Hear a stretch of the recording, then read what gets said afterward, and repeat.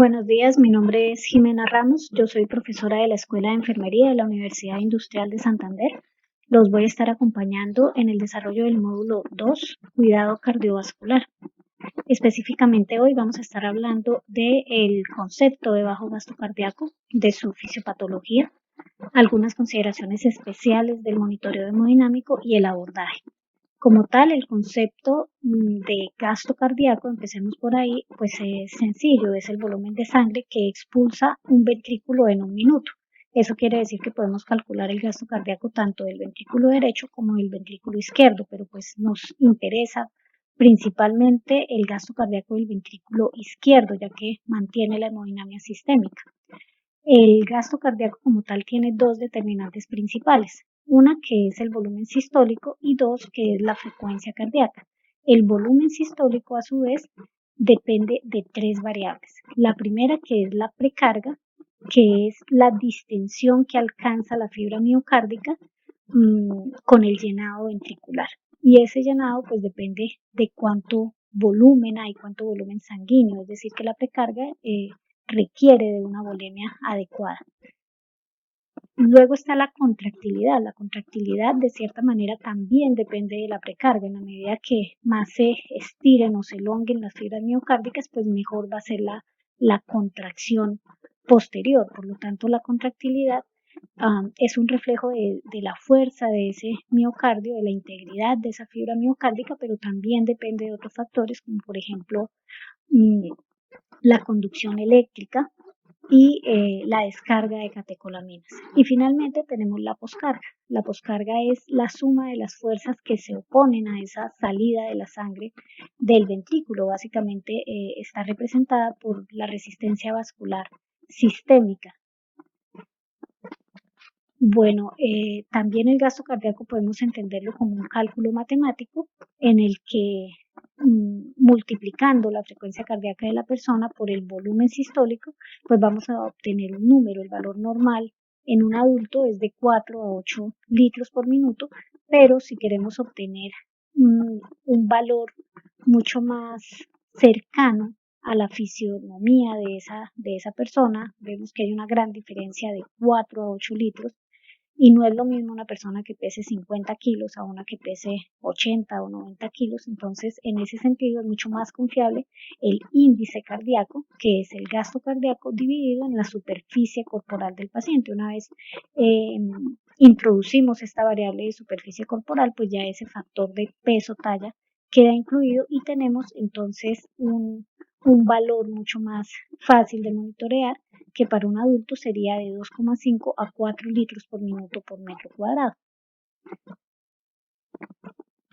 Bueno, otra manera de ver la definición ya vimos gasto cardíaco, ¿no? Ahora empecemos a hablar un poco de lo que es el bajo gasto cardíaco.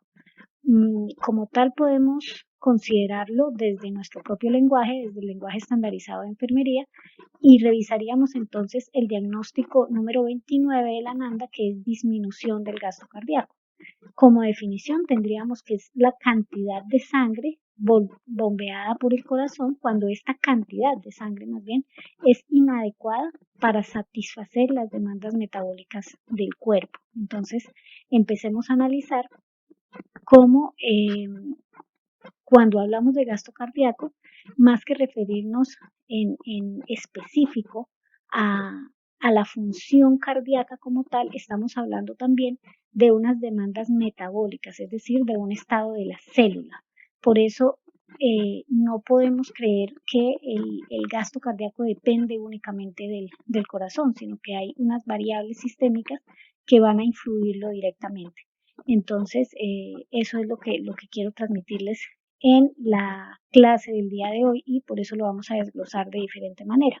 Entonces, ya saben ustedes, los diagnósticos se acompañan de unas características definitorias. Esas características definitorias están de la mano con lo que acabamos de ver. Entonces tenemos algunas características que nos hablan de la contractilidad. Si la contractilidad está comprometida, vamos a tener unos signos que podemos evaluar fácilmente en nuestro paciente que pudieran ser tos, alteración del volumen de eyección, disminución del índice cardíaco como tal, disminución de la fracción de eyección, disminución del índice de trabajo. Estos son números un poco más exactos, más elaborados que los pudiéramos obtener de medios invasivos como el catéter de Swan-Ganz o incluso también de medios no invasivos como el ecocardiograma.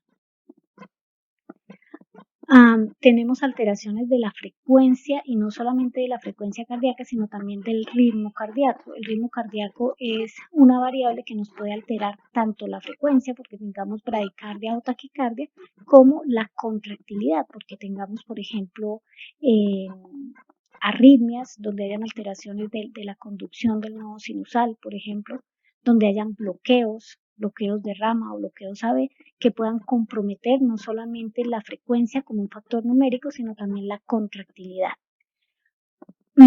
Alteraciones de la poscarga, como bien lo decíamos, la presión arterial, en la medida que hay una tensión arterial más elevada, pues el corazón va a tener una mayor resistencia y por lo tanto puede haber disfunción del corazón sin que sea él per se el que esté fallando. Y vamos a ver otros factores que son un poco más simples, pero no por ello menos importantes de valorar, como por ejemplo la coloración de la piel. Entonces, esto es para familiarizarnos un poco con el lenguaje estandarizado de enfermería. Estas variables las vamos a ir viendo en el recorrido de la exposición, pero luego van a ver ustedes cómo fácilmente ustedes pueden encajar esas definiciones dentro de este lenguaje. Y las alteraciones de la precarga, como les decía, entonces como la PVC puede ser de gran ayuda para establecer cuál es el estado de la volemia, y por otro lado algunos signos como edema, como fatiga, como ingurgitación yugular, por ejemplo, pudiera ser un signo de aumento de esa precarga, tanto el exceso como el defecto puede condicionar bastante el gasto cardíaco. Pero vayamos un poquito más allá de ese concepto. Realmente no podemos quedarnos solamente con la definición de gasto cardíaco o casarnos directamente con lo que es bajo gasto cardíaco, que sería un gasto cardíaco deficiente, ¿verdad? Sino que tenemos que ver, y sobre todo cuando estamos frente a un paciente crítico, que el bajo gasto cardíaco en realidad es un punto convergente donde pueden aparecer o a donde se puede llegar por distintos caminos y por diferentes patologías. Entonces, pudiéramos ver que la precarga y la poscarga normalmente están afectadas por condiciones como por ejemplo el choque hipovolémico o el choque distributivo, y la contractilidad por otra parte pudiera estar afectada por un choque cardiogénico. Recordemos que de la precarga, la poscarga y la contractilidad, el factor intracardíaco en realidad es la contractilidad, los otros dos casi que son externos. Y el choque obstructivo también pudiera afectarnos la contractilidad. Entonces, a donde quiero llegar es que el bajo gasto cardíaco como tal puede llegar desde diferentes frentes, por eso debemos conocer muy bien esos frentes, muy bien esas patologías y muy bien cuál es el comportamiento. Y desde el punto de vista fisiopatológico hay una manera de hacer una unión que nos permita estudiarlo de forma integral, y es abordando la fisiopatología del choque como tal. Entonces, el concepto de choque. El choque como tal se caracteriza por una perfusión tisular insuficiente. Ojo, no estamos hablando de que el choque es igual a hipotensión. No. Muchas veces el paciente puede estar en choque aunque la tensión arterial esté estable o aunque tengamos una tensión arterial sostenida de manera artificial, por ejemplo, pudiéramos tener un paciente con una perfusión tisular insuficiente. Entonces, ojo, el concepto de choque es una perfusión tisular insuficiente, es decir, que no le llega o sangre o oxígeno de forma suficiente, y por lo tanto tenemos unas consecuencias fisiopatológicas. La más grave, por supuesto, que sería la muerte, pero también podemos establecerla como en tres columnas. Una que es la hipoxia tisular, otra que es el acúmulo de metabolitos, básicamente pues derivados de esa misma hipoxia y muerte celular, y finalmente un daño celular de tipo irreversible. Dentro de la hipoxia tisular pudiéramos hablar de que una vez se instaura, es decir, una vez no llega oxígeno, sea porque hay una afectación desde el punto de vista pulmonar o simplemente porque la afectación es circulatoria, podemos tener un pulmón perfectamente sano, pero si la circulación no es eficiente, pues igual vamos a tener el mismo resultado, una perfusión tisular insuficiente y un déficit de oxígeno en esa célula. Entonces vamos a tener que la célula va a tener que empezar a hacer una respiración anaeróbica. Esa anaerobiosis me va a causar hiperlactatemia y esa hiperlactatemia me va a causar una acidosis severa que si no se controlan esas causas pues puede ser un desencadenante de muerte del paciente. Por otro lado, les decía, este es un proceso como paralelo.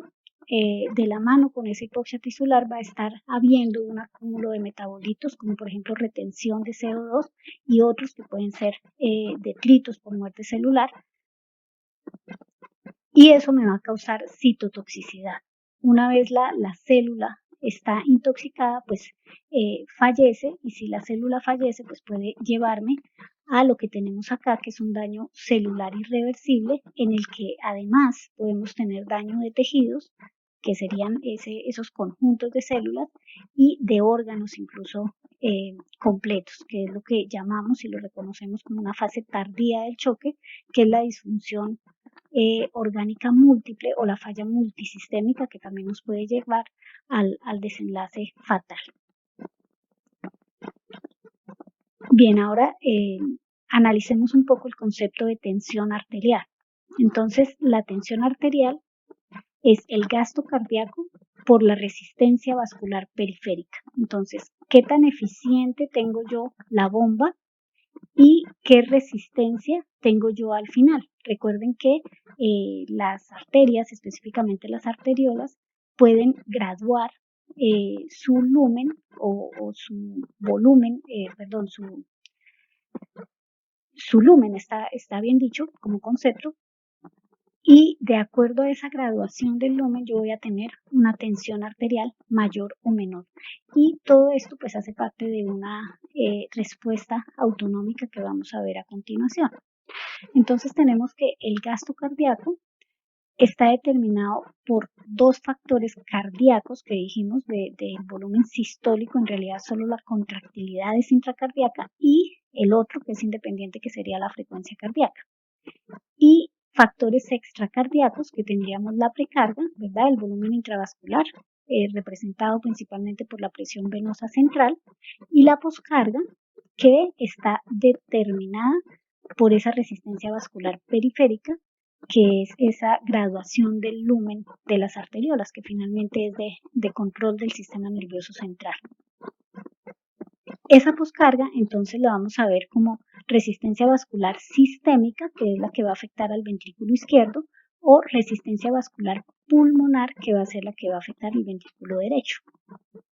Hay factores neuroendocrinos como el reflejo vasoreceptor y la activación del sistema autónomo. Cuando se activa ese sistema autónomo, entonces tenemos secreción de la hormona antidiurética y producción de catecolaminas endógenas tipo adrenalina, que a la vez me van a activar los factores renales con la modulación del sistema renina, angiotensina, aldosterona, que a su vez va a controlar la tensión arterial. Entonces, si nos damos cuenta, la tensión arterial como tal es el último eslabón de esta cadena de sucesos desafortunados que se debe romper, es lo último que debe fallar. Si la tensión arterial cae, quiere decir que todos los demás mecanismos ya fallaron. A esto es a lo que nosotros como enfermeros debemos anticiparnos. Por eso para nosotros el choque y el bajo gasto cardíaco no es sinónimo de hipotensión arterial. Al contrario, tenemos que comprenderlo como una serie de eventos que están ocurriendo mucho antes. Comprender también que el cuerpo como tal tiene muchos niveles de defensa y que debemos actuar antes de. Bueno, repasemos un poco los tipos de choque, porque eso nos permite como ampliar un poco el panorama y agrupar las patologías y entender de qué manera se produce la alteración del gasto cardíaco. Si entendemos de qué manera se produce, podemos entender de qué manera se maneja esos tipos de choque. Entonces, el choque hipovolémico pues puede ser de dos naturalezas, ¿verdad? El no hemorrágico y el hemorrágico. En los adultos, pues el tipo de choque más común es el hemorrágico, sin embargo, no desconozcamos que dentro de las causas no hemorrágicas pueden estar, por ejemplo, las quemaduras y la deshidratación. Y en los hemorrágicos, pues la principal causa de choque hemorrágico para nosotros es los accidentes de tránsito. Dentro del choque distributivo tenemos tres tipos de choque: el séptico, el anafiláctico y el neurogénico. Dentro del séptico tenemos todo lo que tiene que ver con virus, bacterias, hongos, protozoos. Aquí, por supuesto, tendremos el coronavirus como tal, es la causa por la cual muchos pacientes terminan en choque séptico. El anafiláctico, que tiene que ver con toda esta respuesta exagerada del sistema inmune, que a nivel intrahospitalario pues puede darse, por ejemplo, por una transfusión sanguínea, puede darse por algunos medicamentos, entonces no podemos perderlo de vista. No solamente es el que nos llega de afuera, sino que se puede causar de forma iatrogénica dentro del hospital. Y el neurogénico, que tiene que ver más con trauma medular o concesión medular. Bien, en cuanto a la fisiopatología del choque hipovolémico, pues básicamente es pérdida de volumen dentro de la sangre, ¿verdad? Dentro del vaso, perdón. Pero a nivel del choque distributivo, la fisiopatología es mucho más compleja que esa. Entonces tenemos en el choque séptico algo realmente difícil de manejar que pasa dentro de su fisiopatología, y es que la resistencia vascular sistémica cae por completo. Hay una vasoplegia, el vaso está completamente como vaciado. No necesariamente es que le falte volumen a este paciente, él no está deshidratado, no tuvo una pérdida sanguínea, pero a pesar de eso puede llegar a la hipotensión. ¿Por qué? Porque los vasos están completamente dilatados. Y empieza a haber un mecanismo compensatorio, que es concentrar el flujo hacia la periferia. Esto es una respuesta, digamos, un poco antinatural. Uno esperaría que cuando el paciente está en choque realmente haga lo contrario, que el vaso se cierre, ¿verdad? Se cierre, que la piel se ponga pálida, se ponga fría y todo el flujo vaya concéntrico hacia los órganos centrales, pero en la sepsis por alguna razón pasa exactamente lo contrario. Más bien el flujo sanguíneo pareciera que la llave se abriera hacia la periferia y los órganos internos pueden estar sufriendo ya de hipoxia. Y por otro lado tenemos un componente bien importante, que es la insuficiencia suprarrenal. En el choque neurogénico, estos tres tipos de choques están agrupados en la categoría de choque distributivo porque se comportan de alguna manera similar, aunque la etiología sea distinta. En el choque neurogénico, por trauma cráneoencefálico o por lesión medular por arriba de T6, se interrumpe la inervación simpática de los grandes vasos sanguíneos. Entonces tenemos una vasodilatación, más o menos este mismo mecanismo, y incluso una bradicardia también, que complica todavía más el escenario. No solamente tenemos vasos con baja resistencia, sino además una bomba que podría verse comprometida por uno de sus factores determinantes, que es la frecuencia cardíaca. Y finalmente el choque anafiláctico tiene como característica que hay una vasodilatación venosa y arterial, además, por un exceso de histamina, que causa una severa vasoconstricción pulmonar y falla cardíaca derecha, de predominio derecho. Otro tipo de choque, este sería el tercero, es el cardiogénico. Este sí tiene causas mucho más intracardíacas. Tenemos las arritmias, que por supuesto, como les decía, si pueden alterar la frecuencia cardíaca o la efectividad de la conducción eléctrica, pues nos van a alterar la contractilidad también. y por supuesto las cardiopatías. Entonces en ritmos tan inestables como por ejemplo la taquicardia ventricular, pues definitivamente el corazón no va a tener oportunidad ni de llenarse ni de contraerse eficientemente. Y dentro de las cardiopatías, pues tendremos las congénitas, pero también tendremos las adquiridas. Entonces podemos tener una cardiopatía o una miocardiopatía dilatada, una miocardiopatía hipertrófica o una miocardiopatía isquémica tan común en nuestros adultos que han padecido uno o varios infartos cardíacos. Y el último tipo de choque que vamos a ver es el choque obstructivo. En el choque obstructivo tenemos uno que es de características extrínsecas, es decir, que no tienen que ver con el corazón, y otras intrínsecas. Dentro de las extrínsecas tenemos una que no es ajena tampoco a la unidad de cuidado intensivo y a la sala de reanimación, que es el neumotórax. Y no necesariamente el neumotórax traumático que viene de afuera de la calle, sino el que podemos causar también de manera iatrogénica, por ejemplo, durante el paso de un catéter venoso central. Cuando hay un neumotórax a tensión, se desvía la tráquea, se velan o desaparecen los ruidos respiratorios, y si es demasiado grande puede comprimir y desplazar el mediastino, aplastando el corazón e impidiendo que se distienda y se contraiga, es decir, atrapándolo dentro de él mismo, por decirlo así, y evitando que esa función de bomba se dé de forma adecuada. Eso sería el extrínseco. En el intrínseco tenemos, por ejemplo, esta sí sería una causa más traumática, como la perforación de uno de los ventrículos, ya sea por una herida por arma blanca, por ejemplo, o también como consecuencia de una cirugía cardíaca.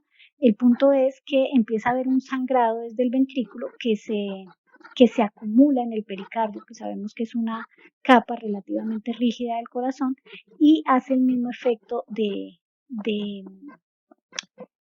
de apresar el corazón dentro de sí mismo y evita que se distienda, que se contraiga y que se dilate eficientemente. Pero aquí también debemos tener en cuenta o presente otra causa, el taponamiento cardíaco, que es lo que denominaríamos este tipo de sistema. Estaría determinado por tres signos importantes, que sería la ingurgitación yugular, ¿verdad? En la medida que ese ventrículo no puede abrirse y no puede llenarse, pues la sangre empieza a ir de forma retrógrada, y podemos tener ese signo tan característico de ingurgitación yugular. Hipotensión arterial, porque por supuesto no está funcionando ese sistema de bomba, y la desaparición casi completa de los ruidos cardíacos. Como condición importante tenemos que tener en cuenta que la ventilación mecánica con altas presiones puede en determinado momento jugar como un mecanismo de taponamiento cardíaco, de atrapamiento del corazón. Si esto pasa con el neumotórax, cuando solamente tengo un lado del tórax hiperinsuflado, ¿verdad? Y me atrapa el corazón, pues imagínense que los dos pulmones estén con un aumento del volumen, que a veces es inevitable cuando se requieren presiones muy altas, por ejemplo en el paciente con SRA y este paciente tan complejo que manejamos también con el COVID. Vamos a tener un atrapamiento del corazón y un bajo gasto cardíaco secundario a ese atrapamiento, y pues aparte de todo a la condición del paciente. Entonces devolvámonos a la primera: disminución del volumen sanguíneo y de la capacidad de transporte de oxígeno. Pudiéramos hablar aquí, por ejemplo, de la hipovolemia y de la deshidratación. Estaríamos hablando entonces de choque hipovolémico. En el numeral 2, distribución inadecuada del volumen de flujo sanguíneo, pues estaríamos hablando de un choque distributivo, ¿verdad? En el tercero, un choque cardiogénico. En el cuarto, un choque obstructivo. Y ahora relacionemos cómo estos tipos de choque me afectan los determinantes del gasto cardíaco. En el primero tendremos comprometida la precarga. En el segundo, también la precarga, ¿verdad? Pero también la poscarga, en la medida que nosotros tenemos una dilatación completa de las arteriolas, estamos diciendo que hay una disminución de la poscarga. ¿Por qué no lo coloco acá? Porque en realidad una disminución de la poscarga nos va a beneficiar al corazón, ¿verdad? En la medida que hay menos resistencia al flujo de salida, pues eso aliviana la carga del corazón. Sin embargo, si yo tengo una menor poscarga, en definitiva voy a tener una menor precarga. En la medida que no llega la sangre al otro lado del sistema, pues la disminución de la precarga es lo que me va a finalmente determinar una caída del gasto cardíaco. El choque cardiogénico pues definitivamente estará causando un problema de contractilidad, y el choque obstructivo también de contractilidad. En la medida que no permite que esas fibras se elonguen y se contraigan, pues va a ser la contractilidad la que va a estar comprometida. Bueno, saliendo de esta parte, tenemos que hablar entonces de cómo se comporta fisiopatológicamente el estado de choque. Va a tener una fase inicial donde van a haber unos mecanismos compensatorios. El primer mecanismo compensatorio y el más importante es la taquicardia. Luego tenemos un aumento de la resistencia vascular sistémica y una redistribución del flujo. Esto en condiciones normales. El cuerpo, como yo les decía, debe hacer como un secuestro de esa sangre que está en las extremidades, que está en la piel, que de momento no es tan prioritario perfundir, y llevarla hacia los órganos vitales, hacia los órganos prioritarios, que serían el cerebro, el corazón y los pulmones. Sin embargo, en el choque distributivo vemos como este segundo mecanismo se ve completamente alterado y el cuerpo pareciera funcionar al revés, y el paciente puede llegar mucho más rápido a la descompensación. Un tercer mecanismo es aumentar las fuerzas de contracción cardíaca. ¿Cómo se aumenta esa fuerza de contracción? Básicamente con una gran descarga de catecolaminas, inicialmente pues de forma endógena, y luego este es el punto donde pudiéramos soportarlo de manera exógena con catecolaminas sintéticas, ¿no? Y un cuarto mecanismo que es aumentar el tono del músculo liso venoso. Bien, la fase inicial del choque se correlaciona con unos signos de bajo gasto cardíaco que nosotros ya poco a poco como enfermeros tenemos que ir identificando y anticipándonos a lo que va pasando. Entonces, el primero, que es la taquicardia, dijimos que era la primera respuesta. Una vez el cuerpo identifica que algo no va bien, que el volumen está cayendo, que la fuerza de contracción del corazón no es la adecuada, como mecanismo compensatorio va a desarrollar taquicardia. ¿Qué pasa con la taquicardia? Que es bastante inespecífica, ¿verdad? Sobre todo en un paciente que tengamos en cuidado intensivo, muchas cosas, muchos factores pueden causar taquicardia. Y la otra desventaja es que la taquicardia es un mecanismo finito. Rápidamente el cuerpo se cansa y el mecanismo se agota.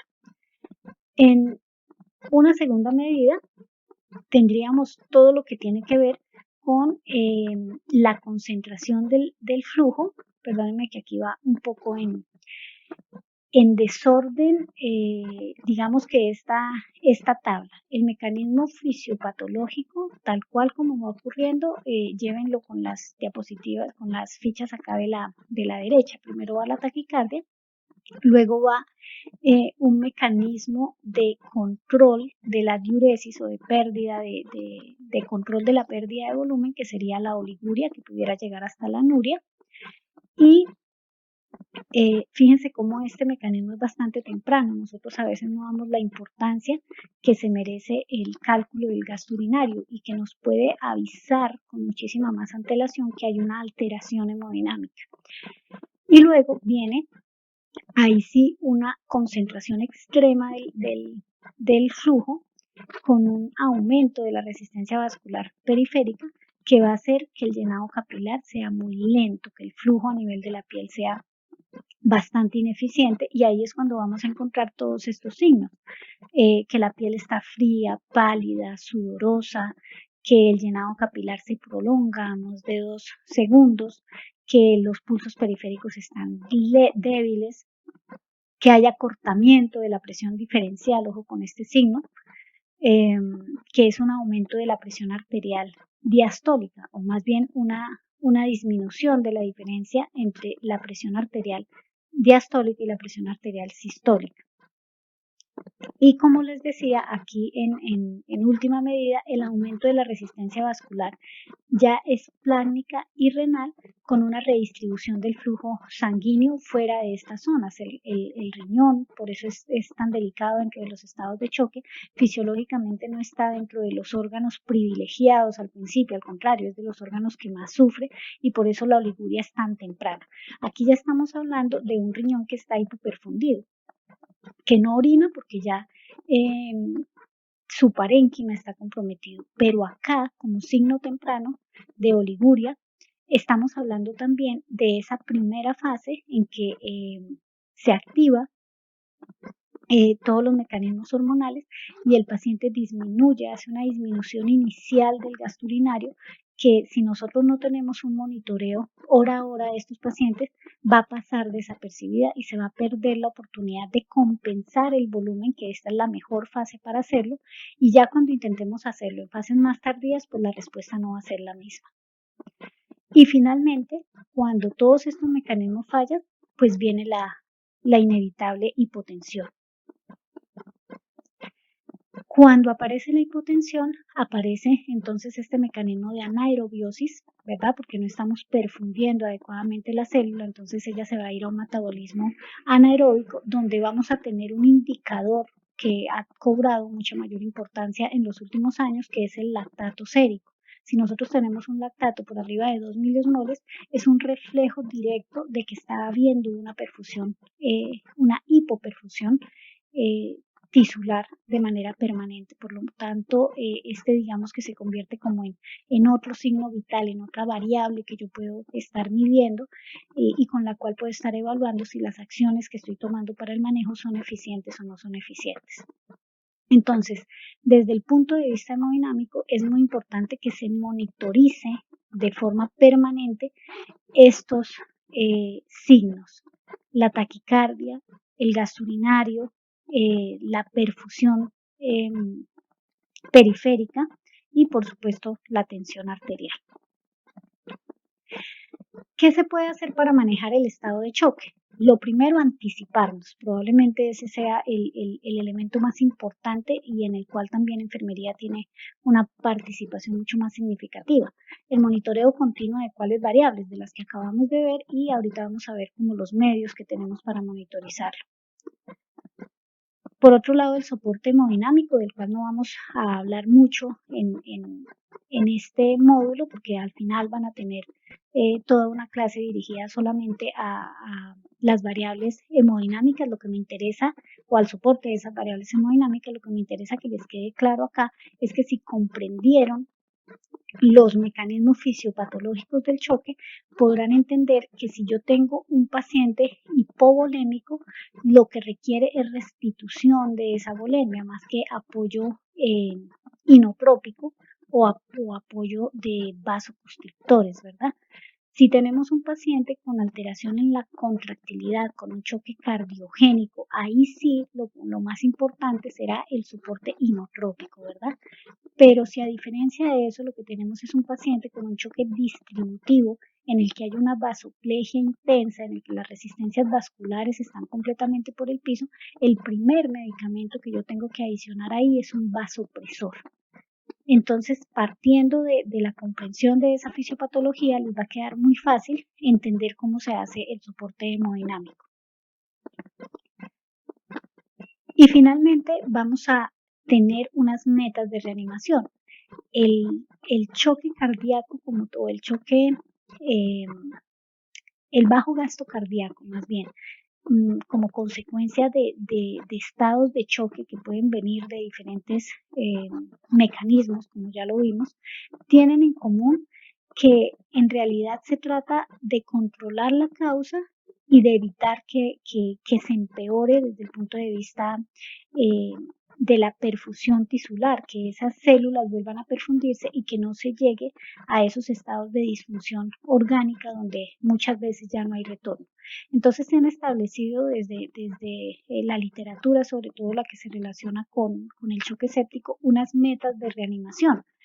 En la medida que estemos cercanos a alcanzar esas metas, digamos que el paciente tiene muchas más posibilidades de sobrevivir. La primera meta es alcanzar una tensión arterial media mayor a 65 milímetros de mercurio. ¿Qué se puede hacer para alcanzar esa meta? Pues reponer el volumen, ¿verdad?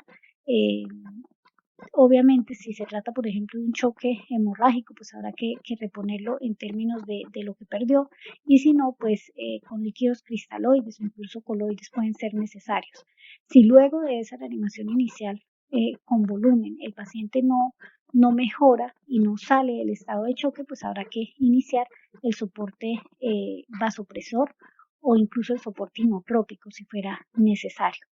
Una PVC de 8 a 12 milímetros de mercurio. Más adelante vamos a hablar un poco más del concepto de la PVC, que muchos a veces consideran que ya no aporta dentro del monitoreo hemodinámico y incluso en muchas instituciones ya no se monitoriza, pero la realidad es que la PVC en esta proporción por lo menos nos garantiza que ya superamos la primera parte, que era hidratar al paciente y reponerle la volemia, y que de aquí en adelante el paciente va a responder a las otras medidas que se den de soporte vasopresora inotrópico. Por otro lado, el gasto urinario. La meta más importante acá será mantener un flujo de orina que supere por lo menos los 0.5 mililitros por kilo por hora. Y ojo que aquí la reanimación, las metas de reanimación se miden hora tras hora. Y una saturación venosa superior al 70%. ¿Por qué venosa? Porque nos interesa más ver cuánto está saliendo, cuánto está quedando, para ver si se está aportando una cantidad de oxígeno suficiente para las demandas metabólicas. Y después de que la circulación, de que el oxígeno dio la vuelta completa, todavía a la salida, es decir, en la circulación venosa tenga un 70%, eso quiere decir que estoy haciendo un adecuado aporte a los tejidos. Claro que en las fases tardías hay que tener en cuenta también que las células, incluso aunque se les oferte una buena cantidad de oxígeno, es posible que ya no lo consuman adecuadamente. Por eso es importante que dentro del monitoreo hemodinámico se considere la toma de gases no solo arteriales, sino también venosos. Y finalmente, pues la hemoglobina como medio transportador de oxígeno, independiente de la fisiopatología del choque, pues no sirve de nada que tengamos una hemodinamia más o menos restablecida y conservada si no tenemos una hemoglobina adecuada que lleve el oxígeno a la sangre, que es el fin último de la perfusión.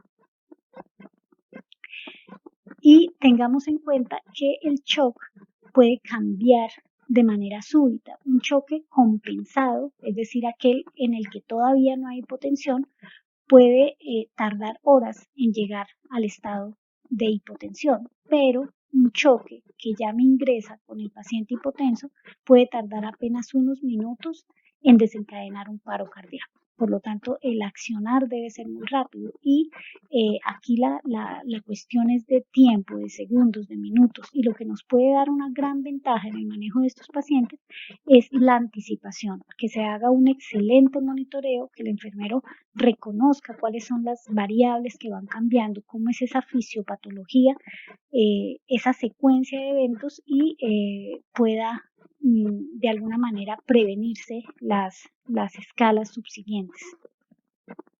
Bueno, empecemos a hablar ahora del monitoreo continuo. ¿Para qué nos sirve el monitoreo? Para detectar cambios súbitos, tendencias, esos patrones que son tan importantes de determinar, las posibles causas y también para detectar fallas no solamente en el paciente o en el sistema como tal, sino fallas también a nivel tecnológico. Para decidir qué medidas iniciales tomar, decidir acerca de los medicamentos, sobre todo aquellos que son de infusión continua, si se sube, si se baja, si se aumenta o se disminuye ese soporte, principalmente vasopresor e inotrópico, y si requieren más medidas de soporte vital. Y finalmente, para evaluar la respuesta a ese tratamiento y la necesidad de medidas adicionales. Si lo entendemos de esta manera, entendemos que el monitoreo continuo como tal es un ejercicio dinámico, que todo el tiempo está retroalimentándose. Si no, pues no tiene sentido que lo hagamos. Bien, unas consideraciones particulares. Los números requieren interpretación y contexto clínico, no solamente es ir a ver en el monitor cuánto marca, sino identificar en el paciente qué variables, si esas variables corresponden o no con el estado clínico que tiene la persona en ese momento. El monitoreo como tal no es terapéutico, no soluciona nada. El que yo tenga un paciente conectado a una cantidad de aparatos que me arrojen unas variables vitales no me garantiza que le esté haciendo absolutamente nada. No debe tranquilizar a las personas que están a cargo de su cuidado. No descuida o no le quita esa función de cuidador al profesional de enfermería ni al auxiliar tampoco. El hecho que yo tenga monitorizado el paciente no quiere decir que ahora paso menos por esa habitación o que el monitor va a ser el que me va a avisar si algo pasa con el paciente. Puede fallar. Muchas veces nos confiamos demasiado de esos monitores y de que yo tenga conectado el paciente y entonces me descuido en lo esencial que es estar haciendo esa vigilancia permanente, esa presencia humana como tal. Las alarmas no son para apagarlas. Muchas veces uno ve que suena una alarma y la persona o el cuidador casi que inconscientemente va, la apaga y sigue con sus labores común y corriente. Difícilmente se trata, se hace todo el proceso de verificación de por qué está pitando. Por ejemplo, si es un paciente que tiene, no sé, un bloqueo que le genera una bradicardia, pues yo no le puedo poner a ese paciente la frecuencia cardíaca de 60, porque si la tienen 55 o 50, todo el tiempo va a estar pitando la alarma. Las alarmas deben ser personalizadas, cosa que cuando se activen definitivamente me indiquen que a la persona algo está disfuncionando, algo no está bien, que yo me dirija no a apagar la alarma, sino a evaluar a mi paciente y a ver qué es lo que le está sucediendo, y no que sea como un acto reflejo que la alarma suene y yo simplemente la apago. Antes de decidir una intervención, antes de iniciar maniobras de reanimación, por ejemplo, compruebe la información. Muchas veces la línea isoeléctrica no es el paciente en paro, sino que se desconectó un electrodo, por ejemplo. Ahora, ¿qué debemos monitorizar? Un signo que es una señal o un indicio vital, es decir, que refleja vida. Por lo tanto, hay muchas variables que nosotros pudiéramos monitorizar y más en un paciente en estado crítico. Las típicas que ya conocemos, la frecuencia cardíaca, la frecuencia respiratoria, la tensión arterial, la PVC, la temperatura, la saturación de oxígeno, otras un poco más avanzadas como la presión intraabdominal, la presión intracerebral, la presión de CO2, el gasto urinario, el gasto cardíaco como tal, como variable hemodinámica que los monitores y los medios invasivos nos pueden permitir medir. Tenemos una gran gama en cuanto a las variables que pueden ser monitorizables. Nos permite pues conocer de manera constante y exacta el estado, en este caso hemodinámico del paciente, y establecer tendencias. Anticipar estados de deterioro clínico a través de cambios sutiles con el fin de que podamos, como decimos, ir un paso adelante y evitar las complicaciones, porque muchas veces cuando el paciente, volteamos a ver el monitor, el paciente ya está en paro y ya digamos que restituir las funciones vitales en una persona en la que sistemáticamente hemos dejado pasar todas las señales de hipovolemia, de alteraciones de la contracción y la función eléctrica del corazón y demás, pues si ya cayó en un estado de paro va a ser muy difícil que podamos revertirlo desde ahí. Bueno, tenemos varios recursos para que nosotros podamos hacer ese monitoreo. El primero, nuestras manos, nuestra capacidad de hacer un examen clínico. Muchas veces cuando tenemos al paciente monitorizado, casi que pareciera que fuera un impedimento para tocarlo, para valorarlo de forma personalizada y con los recursos que nosotros tenemos. Como el mismo fonendoscopio, por ejemplo. Muchas veces dejamos de auscultar el paciente simplemente porque tiene un monitor colocado. Los monitores sencillos, ¿verdad? Los que no son tan invasivos.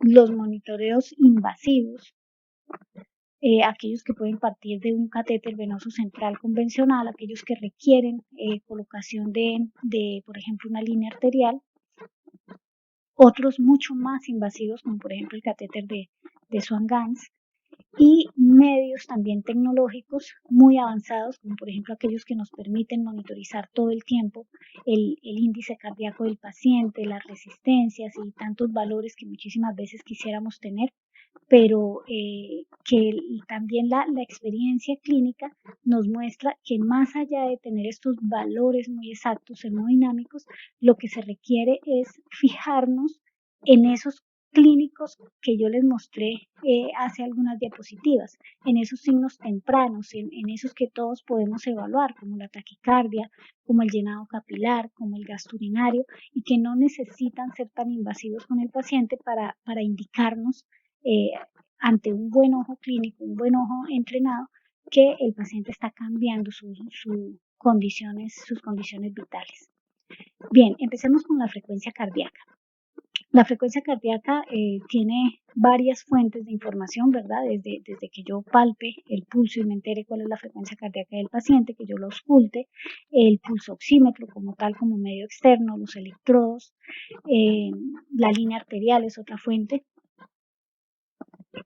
Quedémonos con el monitoreo básico, que muchas veces fallamos desde este punto de vista, desde la colocación de los electrodos. Es muy importante que nosotros como enfermeros no perdamos el hábito de revisar cómo está colocado el monitoreo. De verdad que uno se sorprende muchísimo porque a veces, y más ahorita en estas condiciones en las que el personal no está entrenado, que hay tanto cambio y rotación de personal, nos damos cuenta que a veces las personas no monitorizan adecuadamente el paciente y partiendo de ahí pues ya vamos a tener una información distorsionada. Muy importante que tengamos en cuenta que no podemos basarnos en un código de colores estándar porque muchas cosas pueden pasar. De un dispositivo a otro, fíjense aquí como RL, aquí es verde pero aquí es rojo. Fíjense cómo a veces los cables hay que sustituirlos y entonces debía ser eh, negro, amarillo y rojo y resulta que solo había negro en la institución o solo había rojo y entonces ya las personas no saben cómo colocar los cables. Entonces que permanentemente estamos capacitando a nuestro personal y revisando que sepan colocar cuándo son 3 electrodos, cuándo son 5 electrodos, que sepan la diferencia entre monitoreo y localización de los electrodos, por ejemplo, para toma de electrocardiograma. Que sepamos que definitivamente la mejor derivación para hacer ese monitoreo va a ser D2. ¿Por qué D2? Porque va a ser la que está más de frente al vector común de despolarización que va de arriba a abajo y de derecha a izquierda. Si vemos el vector de D2 es el que más se parece, por eso si yo monitorizo en otra derivación como D1 o D3 voy a tener una percepción diferente que me va a dificultar la interpretación de los trazados electrocardiográficos. Por otro lado, que no solo debo monitorizar la frecuencia cardíaca, sino que también debo monitorizar el ritmo y debo aprender a interpretar esas alteraciones mínimas y no solamente yo como enfermero, sino también mi personal auxiliar. Entonces, es importante que yo identifique que en el paciente crítico las alteraciones electrocardiográficas más frecuentes que me pueden advertir de que el paciente puede dirigirse rápidamente a un paro cardíaco son las alteraciones en las contracciones ventriculares, las que llamamos extrasístoles ventriculares. Recordemos que pueden haber extrasístoles tanto ventriculares como auriculares. ¿Y cómo diferencio yo un auricular de una ventricular? Sencillo, las extrasístoles auriculares son de complejo angosto y la T está normal, es decir, si es una derivación donde la T normalmente es positiva, pues va a seguir positiva. En D2 específicamente, que es la derivación en la que vamos a mantener monitorizado al paciente, la T debe ser positiva.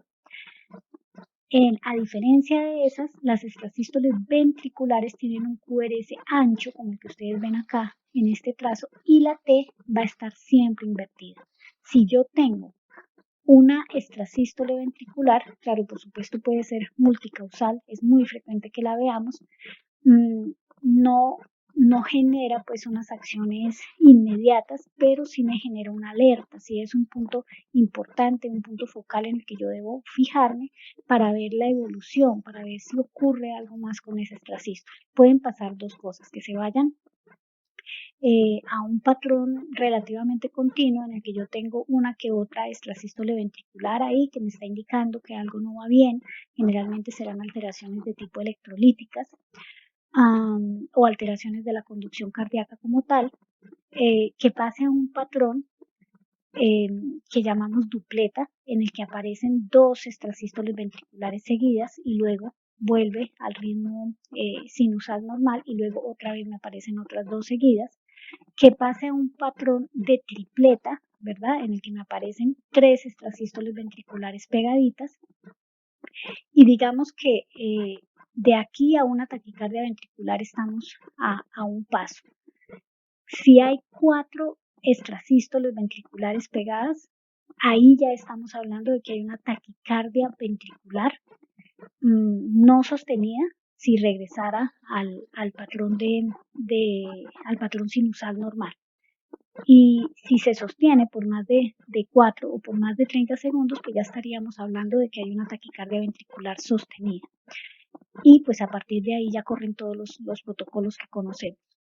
Ahora, que diferenciemos de este patrón, que normalmente aquí pues tenemos una condición no benigna, porque nunca las extrasístoles ventriculares van a ser benignas, sí es cierto que de manera fisiológica pudiéramos presentar una que otra extrasístole en 24 horas, pero cuando ya son más permanentes, cuando yo volteo a ver el monitor y definitivamente las estoy viendo ahí presentes, sin embargo este patrón es un poco más lento, me informa que algo está pasando con el paciente, pero pues relativamente tengo un paciente que sigue siendo estable. Diferenciar esto de las dupletas y las tripletas del bigeminismo y el trigeminismo, que es una condición mucho más aguda, mucho más inestable, en la que lo que tenemos es un patrón uno a uno en el caso del bigeminismo, donde tengo una extrasístole ventricular con una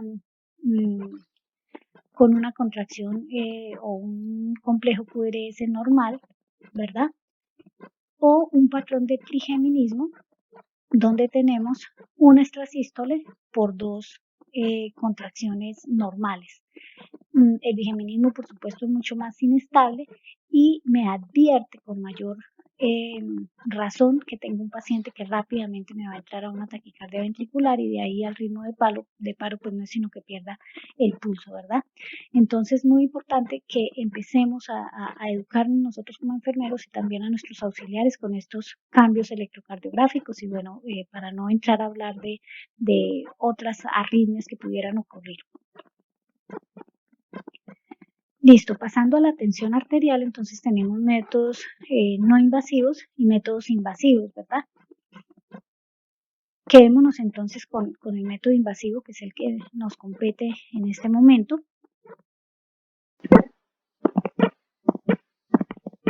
Bueno, lo primero para mencionar es que la línea arterial no solamente me va a dar un valor numérico de la presión arterial sistólica, diastólica y media, sino que me la va a graficar. Y a la hora de graficarla yo voy a poder obtener mucha más información del simple dato numérico. Entonces, lo primero que tenemos que comprender es la morfología de la onda y lo que representa. Tenemos básicamente esta estructura, ¿verdad? En la que la primera onda, pues, o la porción anacrótica de la onda, me representa la subida de la presión arterial sistólica. Luego tenemos una cisura donde a partir de la cual vamos a tener la rama dícrota, donde va a representar la diástole como tal. De esta manera se repite en el tiempo el mismo patrón. La altura y la morfología de la onda me va a representar también el estado hemodinámico de ese paciente. Recordemos también que dependiendo de donde yo coloqué mi dispositivo, la morfología de la onda va a ser diferente. Es verdad que cuando la onda se aplana, generalmente implica que hay una alteración del volumen más que nada y que el paciente puede estar tendiendo a la hipotensión, pero también eh, entender que entre más cerca esté la línea arterial de la raíz aórtica, más diferente y más aplanada va a ser la curva. En la medida que se aleja y que está más periférica, se acerca más a las arteriolas donde la resistencia vascular sistémica es mucho mayor y por lo tanto la curva se hace más pronunciada. Es así como por ejemplo la curva de la arteria radial o dorsal del pie es mucho más pronunciada que, por ejemplo, la axilar o la subclavia. Por otro lado, cómo nosotros también podemos asegurarnos de que la amortiguación de la curva es normal. Muchas veces no es que el paciente esté hipotenso o que el paciente tenga alguna condición hemodinámica, sino se debe más a el estado de la línea arterial, tanto en su colocación como en su mantenimiento. Y también partiendo desde el mismo material que yo utilicé para cateterizar esa arteria, sobre todo las periféricas, que son las que instalamos nosotros muchas veces como enfermeros y para la cual utilizamos un catéter venoso periférico que no da el mismo rendimiento que un catéter arterial diseñado exclusivamente para acceso periférico. Entonces, sabemos que un problema importante y frecuente es que ese catéter se tiende a acodar o que se puede tapar y eso me va a hacer que la curva tome diferentes características. Entonces una prueba que yo debo hacer con cierta regularidad es este que se llama el test de la onda cuadrada, en el que yo hago un disparo activando el flushing del circuito, hago un lavado de tipo intermitente y me va a hacer esta elevación que estoy segura que ustedes ya la han visto y después de esa elevación, de esa onda cuadrada,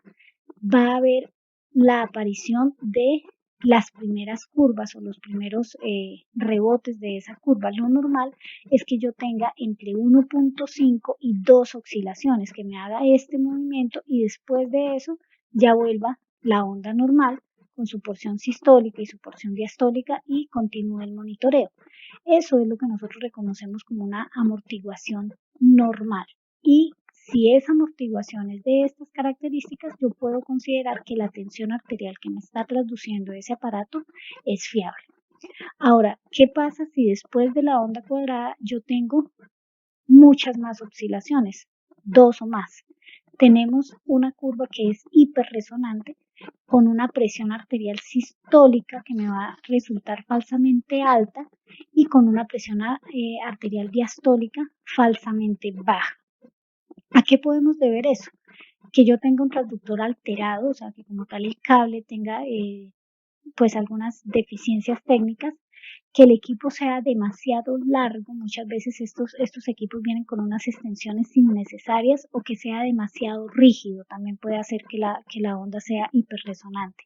Y por otro lado podemos tener una curva amortiguada, que este es uno de los problemas más frecuentes con los que nos encontramos, y es que después de la onda cuadrada yo no tenga oscilaciones, tenga menos de 1.5. Eso me va a repercutir en una presión arterial sistémica falsamente baja. ¿Cuáles pueden ser las causas? Que el catéter esté ocluido, sea porque tiene un coágulo o sea porque se acodó. Como les digo, es muy frecuente cuando utilizamos catéteres, el catéter venoso periférico tradicional para esto, o que yo tengo aire dentro del circuito, también puede ser otra causa. Y fíjense que si yo tengo que si yo no hago este test que es tan sencillo y me confío de un valor de tensión arterial, yo puedo estar soportando el paciente, por ejemplo, estarle aumentando la noradrenalina sin que sea necesario para ese paciente y si pudiéramos causar consecuencias fatales como por ejemplo un infarto o una hipertensión arterial importante sin que yo me dé cuenta, aparte de las otras consecuencias que puede tener la noradrenalina como hipoperfusión, por ejemplo, de órganos como la piel, como la misma piel y causar necrosis y mala circulación y úlceras de piel, causar isquemia mesentérica, por ejemplo. Entonces, ojo con ese monitoreo, de vez en cuando es bueno que yo esté tomando presión arterial no invasiva, por ejemplo, y esté comparando los valores. Es decir, el mensaje aquí es que no nos confiemos de los medios invasivos. A veces tenemos una línea arterial y creemos fielmente lo que dice el monitor y no estamos tomando las suficientes precauciones. La línea arterial como tal tiene varias consideraciones desde la instalación, que no vamos a abordarlo ahorita, el mantenimiento, que parte del mantenimiento es lo que les decía del test de la onda cuadrada, pero también otro tipo de procedimientos, como por ejemplo la calibración a cero, que se nos olvida, esa calibración se debe hacer mínimo cada 12 horas o cada que nosotros cambiemos de posición el paciente o cambiemos de posición la altura de la cama. Esa parte de la calibración se las voy a presentar ahorita con un video, pero la explicación es válida para las personas que no han tenido contacto todavía con estos circuitos. Entonces, este es el circuito tradicional que se utiliza para el monitoreo de la presión arterial invasiva a partir de una línea arterial colocada ya sea en una vía central o en una vía periférica. Se compone de tres partes. La primera es básicamente un equipo de venoclisis, ¿verdad? Que tiene la ampolla receptora, tiene la espica para perforar la solución salina, que dependiendo del protocolo de la institución tendrá o no heparina, y tiene una manguera que sí tiene una particularidad y que la diferencia de un sistema de venoclisis tradicional y es la rigidez de las paredes y debe ser así para que pueda transducir eficientemente las presiones y así va a ser todo el circuito, por eso no es recomendable colocar extensiones que no sean o que no vengan dentro de este mismo paquete y que tenga esas características de rigidez. Después de esa primera pieza viene la pieza que contiene el transductor. Esta es la pieza más importante y de hecho puede venir por separado porque podría ser utilizada también para conectar al catéter PIC, por ejemplo, y que tengamos un monitoreo de la presión intracraneana. Podría conectarse también al catéter venoso central para que podamos tener una transducción electrónica de la PVC. Y en general pues es un sistema de presión que conectado a algún elemento invasivo nos puede generar unas curvas de presión en el monitor. Este en particular, el sistema o esta segunda pieza tiene también este cablecito que es el que vamos a conectar al, al cable del monitor y en particular este que es para línea arterial tiene el sistema de lavado acá incluido también. Dependiendo la casa productora, pues tendrá un sistema u otro. Este, por ejemplo, es de presionar a los lados estas como aros negros que ven, pero también se puede alar eh, como cablecito azul que ven ahí en pantalla. Después de esta segunda pieza viene la última parte o el último trayecto que consta de un segundo puerto en el que se va a habilitar para la toma de muestras arteriales. Bueno, me devuelvo acá un segundo. La otra parte fundamental de este sistema es este primer puerto, que es la comunicación entre el sistema de transducción y el ambiente. Esto nos sirve para calibrar a cero el transductor como tal, que es un procedimiento que debemos hacer antes de conectar al paciente y luego cada cierto tiempo. Lo recomendable es que se haga al menos 2 veces al día, pero pues debe hacerse cada vez que se modifique la posición de la cama. Ya ahorita vamos a ver por qué razón.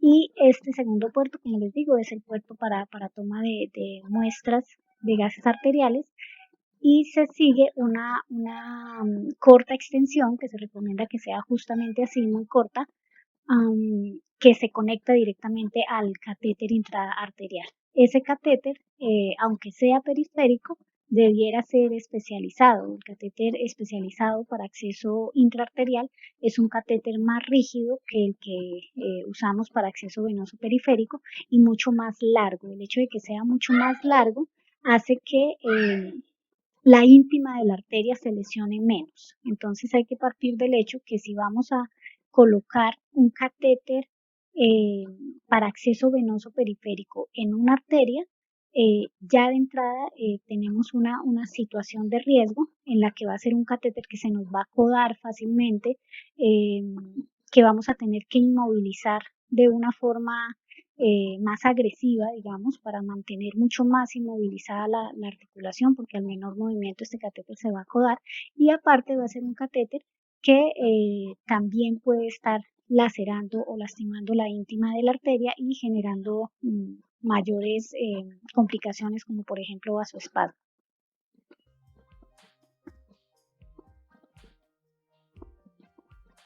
Bueno, aquí tenemos la estructura básica ya del sistema montado. Entonces, la otra pieza que nos hacía falta era esta, que es una bolsa de presión. Básicamente es una bolsa con un bolsillo en el que yo introduzco mi solución salina y tiene una bolsa de aire, la cual yo insuflo con esta pera que está aquí y muy importante, debe tener un transductor, perdón, un manómetro para que yo pueda observar la presión que le voy a colocar a esa bolsa. La presión recomendada es de 300 milímetros de mercurio y en esos 300 milímetros de mercurio debe permanecer permanentemente ese manómetro. Es decir, que si la solución salina se va consumiendo, pues yo debo ir insuflando más aire para mantener la misma presión.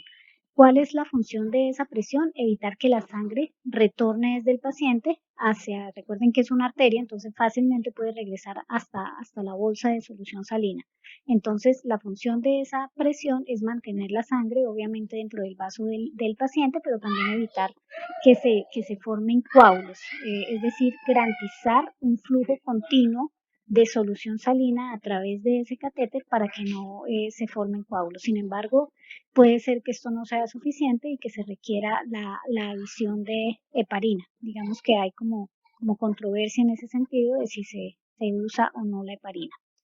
Eh, bueno, y la siguiente parte que quiero que presten mucha atención es esta, que es la base donde vamos a colocar el transductor como tal.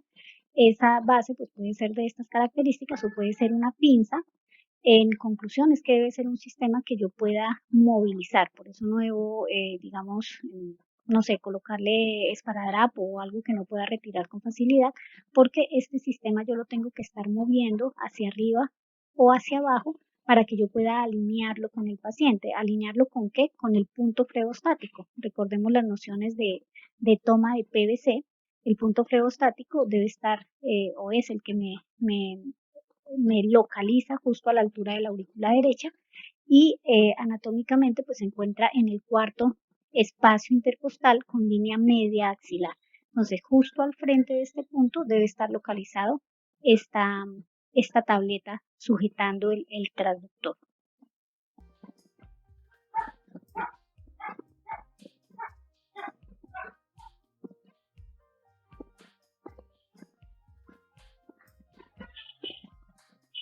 Bien, ¿cómo sería ese montaje inicial?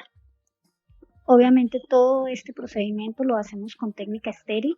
Se debe hacer antes de cateterizar la arteria. Yo debo primero montar todo el sistema y luego sí eh, introducir el catéter dentro de la arteria.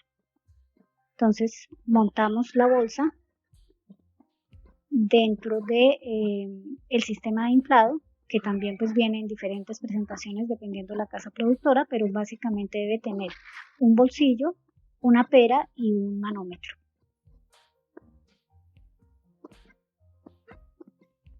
El sistema es igual al de un sistema de venoclisis. Se perfora la bolsa y se inicia el purgado del sistema. El purgado del sistema debe retirar por completo el aire para evitar que este aire pues se vaya obviamente dentro del vaso o que se quede en el sistema y me genere una alteración en la medición de la presión. Bueno, importante acá, fíjense que para activar el movimiento de la solución a través del circuito, yo debo activar el sistema de lavado del que hablábamos hace un momento. Y fíjense esta parte. El circuito inicialmente trae estas tapas, que son unas tapas que están perforadas precisamente para que yo pueda hacer este ejercicio de purgado, que se libere el aire y que se libere por completo la solución salina. Sin embargo, estas tapas yo debo cambiarlas después por otras que vienen ahí mismo dentro del kit y que no tienen ese agujero. De otra manera, si por algún accidente se me regresara la sangre, pues se me saldría por ese puerto con tapa perforada.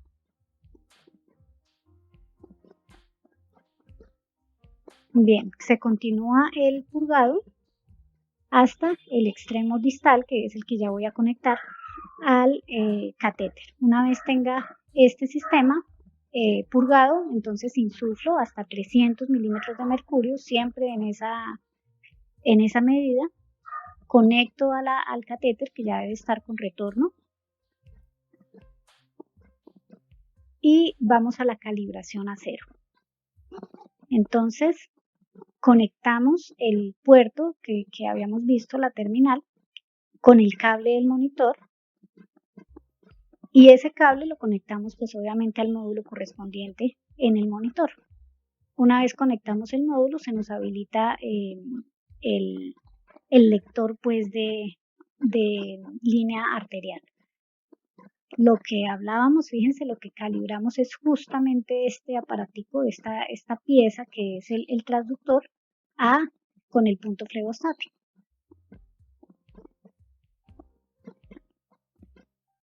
Una vez tenemos posicionado la tableta que lo sostiene justo a la altura de la aurícula derecha, entonces fíjense el procedimiento que vamos a hacer para poder calibrar a cero.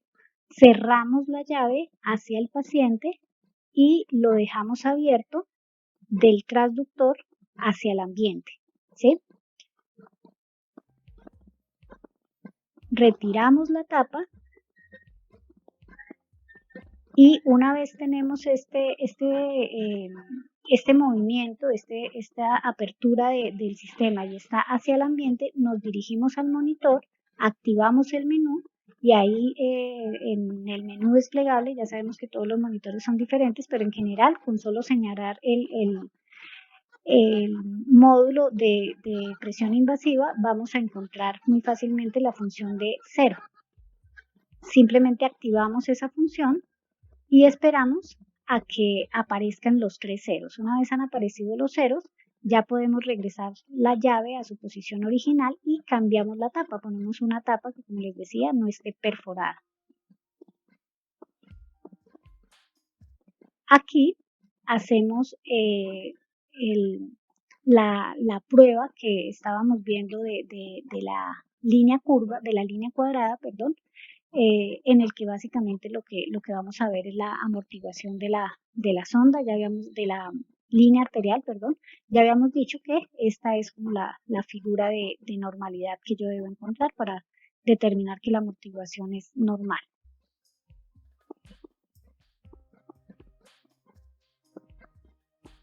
El mantenimiento de rutina, pues básicamente consiste en mantener esa línea arterial permeable, en estar dando o calibrando a cero con la frecuencia que se requiera y en el buen uso. Cuando yo voy a tomar muestras arteriales, se recomienda que estas vías solamente se utilicen pues para tomar gases arteriales y no de rutina para estar tomando todas las muestras que requiera el paciente de tipo sanguíneo. Entonces fíjense acá, cuando no tenemos, o más bien partiendo de este sistema básico que fue el que ya les expliqué, el procedimiento para toma de muestra arterial es el siguiente. Yo en el puerto de toma cierro esto es hacia la bolsa de solución salina y abro hacia el paciente, conecto la jeringa, todo esto con técnica estéril, y aspiro. Lo primero que me va a salir pues es la solución salina residual y luego una vez me empieza a salir la sangre ya color rojo brillante, yo debo aspirar al menos 1 centímetro. completo de sangre, de sangre pues no diluida. Y lo malo de este sistema es que esta cantidad de volumen que yo extraiga, eh, tengo que desecharlo, no lo puedo volver a introducir dentro del sistema. Justo así quedó el protocolo de toma de muestras de línea arterial para el hospital universitario. Ahí ya conecto, en este caso, pues ustedes utilizan jeringa preheparinizada con heparina de litio, entonces ustedes lo que hacen es conectar directamente la jeringa con el émbolo posicionado en 0.5 y dejan que la sangre fluya sola hasta ese 0.5 y una vez obtengan la muestra, retiran la jeringa.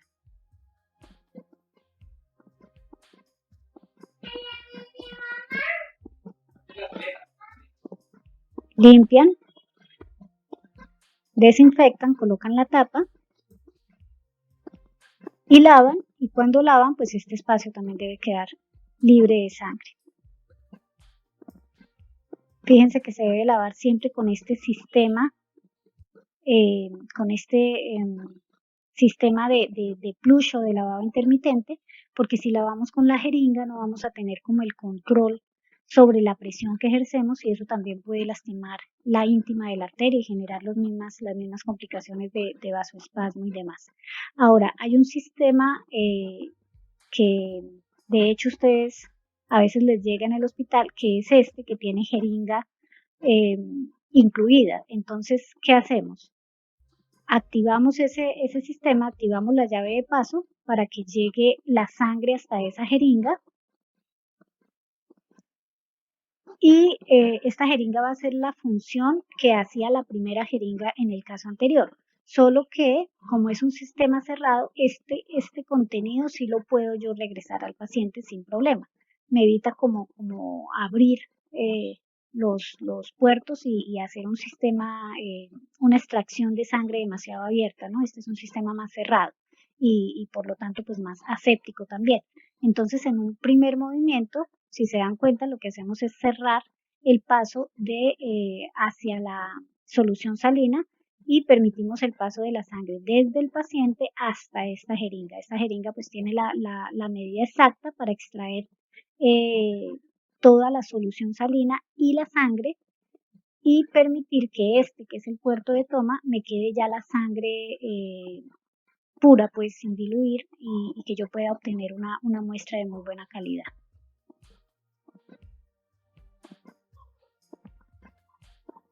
Me voy al punto de toma de la muestra, desinfecto y dependiendo cuál sea el sistema, si es este de punción sin aguja, que es el ideal, pues entonces conecto mi jeringa de gases arteriales y tomo la muestra. De esta manera solo le extraigo al paciente la sangre de la muestra, no tengo que tirar sangre como en el caso anterior. Una vez tomada la muestra, regreso la llave de paso a su lugar y regreso el contenido de sangre con solución salina al paciente y si hace falta le doy un lavado más acá con el plush adicional.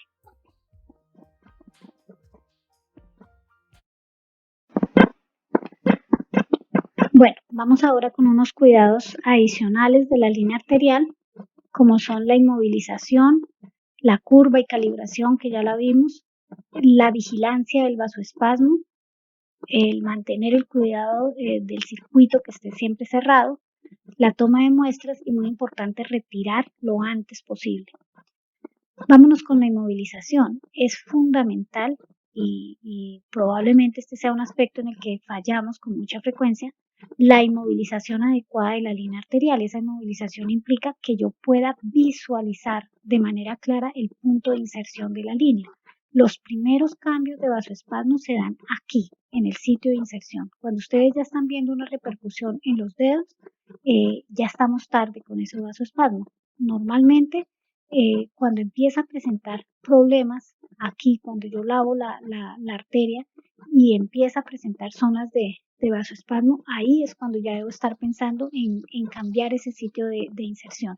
Muchas veces la repercusión es tardía por pura falta de observación. Hay dispositivos especiales para la inmovilización, como por ejemplo estos, y esto pues es otra manera cuando no se tiene el atril o para evitar que estén moviendo constantemente el atril y me estén descalibrando la línea arterial. Otra manera de mantener el punto fleostático pudiera ser esta. En cuanto a la iatrogenia del monitoreo, recordemos que muchas veces se generan zonas de presión por una inmovilización exagerada de la muñeca, sobre todo, que es el lugar donde más manejamos las líneas arteriales. No solamente zonas de presión, sino úlceras de piel, dermatitis, candidiasis por la humedad y el exceso también de capas de esparadrapo y demás. Infecciones locales, por supuesto, es un acceso vascular. Embolia aérea o por trombos, vasoespasmo, isquemia, necrosis, amputación. Como les decía, cuando ya vemos instaurada la isquemia y el vasoespasmo severo en los dedos, puede ser bastante tarde. Pueden haber casos de necrosis donde se llegue al desafortunado escenario de la amputación incluso. Bien, pasando a la presión venosa central, tenemos que pues nos mide la presión de llenado del corazón derecho, evalúa la precarga y la función del ventrículo derecho, como les digo. Cuando la PIB, la presión al final de la expiración como parámetro ventilatorio supera los 10 milímetros de mercurio, y es fácil que lo lleguemos a superar en un paciente con SRA, la PVC se incrementa 3 por 1, es decir, si yo tengo 10 milímetros de mercurio, tengo 3 puntos de más en la PVC. Si mi paciente tiene, me marca 15 de PVC, en realidad no tiene 15, tiene 12 y así sucesivamente. Entonces tener muy en cuenta que ya cuando la PIB es demasiado alta, la PVC ya no es confiable. Una manera de aterrizarla un poquito es haciendo esta conversión. Primer aspecto a tener en cuenta cuando se monitoriza la PVC, la posición del catéter. El catéter debe quedar en la unión cabo-atrial. Si queda más adentro a nivel auricular, pues las presiones pueden variar ligeramente primero, y segundo, pues puede ser un factor desencadenante de arritmias tipo taquicardia supraventricular o incluso FA si la punta del catéter queda tocando las paredes de la aurícula. El monitoreo de la PVC como tal, pues debe hacerse por la vía distal, normalmente es la café. Podemos instalar una llave de 3 vías y a partir de ahí el sistema de monitoreo. El valor óptimo que yo debo tener es de 8 a 12 milímetros de mercurio. Ojo, milímetros de mercurio, estamos hablando de monitoreo con monitor, no de monitoreo manual. El monitoreo manual se da en centímetros de agua. El llenado capilar. El llenado capilar es una medición bastante sencilla que tenemos muy a la mano, pero que muchas veces no la realizamos.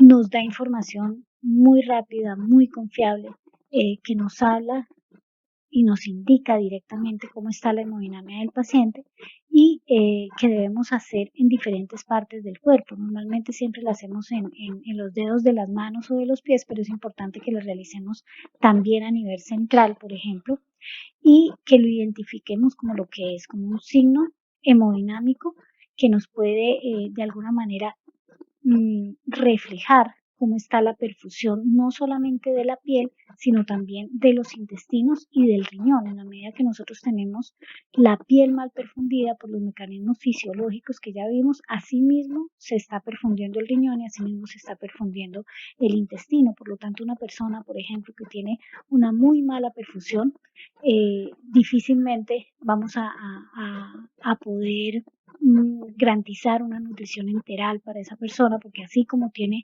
la piel, también va a tener los intestinos. Este examen, por supuesto, va acompañado también, por ejemplo, de la auscultación de los ríos intestinales. Finalmente, el gasto urinario. El gasto urinario, pues depende de la tasa de filtración glomerular, ¿verdad?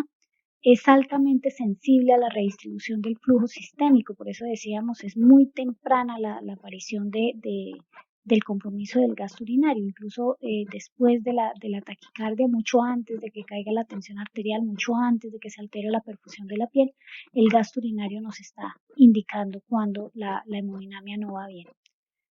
Ofrece una idea directa de la perfusión, de la volemia y por supuesto de la función renal. El valor normal en el paciente crítico es de 0,5 a 5 mililitros por kilo por hora. Para adultos normalmente fijamos un tope más cercano, sobre todo en el valor superior, y lo dejamos en 3 mililitros por kilo por hora. Entonces de 0,5 a 3 mililitros. El monitoreo debe ser horario. Yo sé que muchas veces es muy complicado estar haciendo este tipo de monitoreo por hora, pero si queremos que el gasto urinario se convierta en un indicador de la hemodinamia, la manera correcta de interpretarlo es si yo lo hago hora por hora. No me sirve que yo tome la orina de 3 horas o de 6 horas y la divida en 6, porque la cantidad de orina por hora no va a ser confiable de esa manera. Hay dispositivos que pueden ayudar en ese trabajo, y es, por ejemplo, este tipo de mediciones en las que yo no tenga que llevar hasta la cama cada hora el pisingo o la cubeta para desocupar, sino que simplemente active esta llave de paso, mida que el paciente orinó 10, 15, 20, 100 centímetros, los deposite en la bolsa, y si al final del turno, cuando la bolsa se llene, pues desocupe la bolsa completa, que no tenga que hacer ese ejercicio hora tras hora, pero que sí, eso no me impida medir la diuresis y calcular el gasto urinario en cada hora que lo indicaba. Bueno, eso fue toda la presentación. Espero haya sido eh, de bastante ayuda para ustedes, de bastante guía. Las dudas que tengan y también las recomendaciones, pues las pueden hacer a través de los canales de comunicación que ya se establecieron para este curso. Muchas gracias por su atención.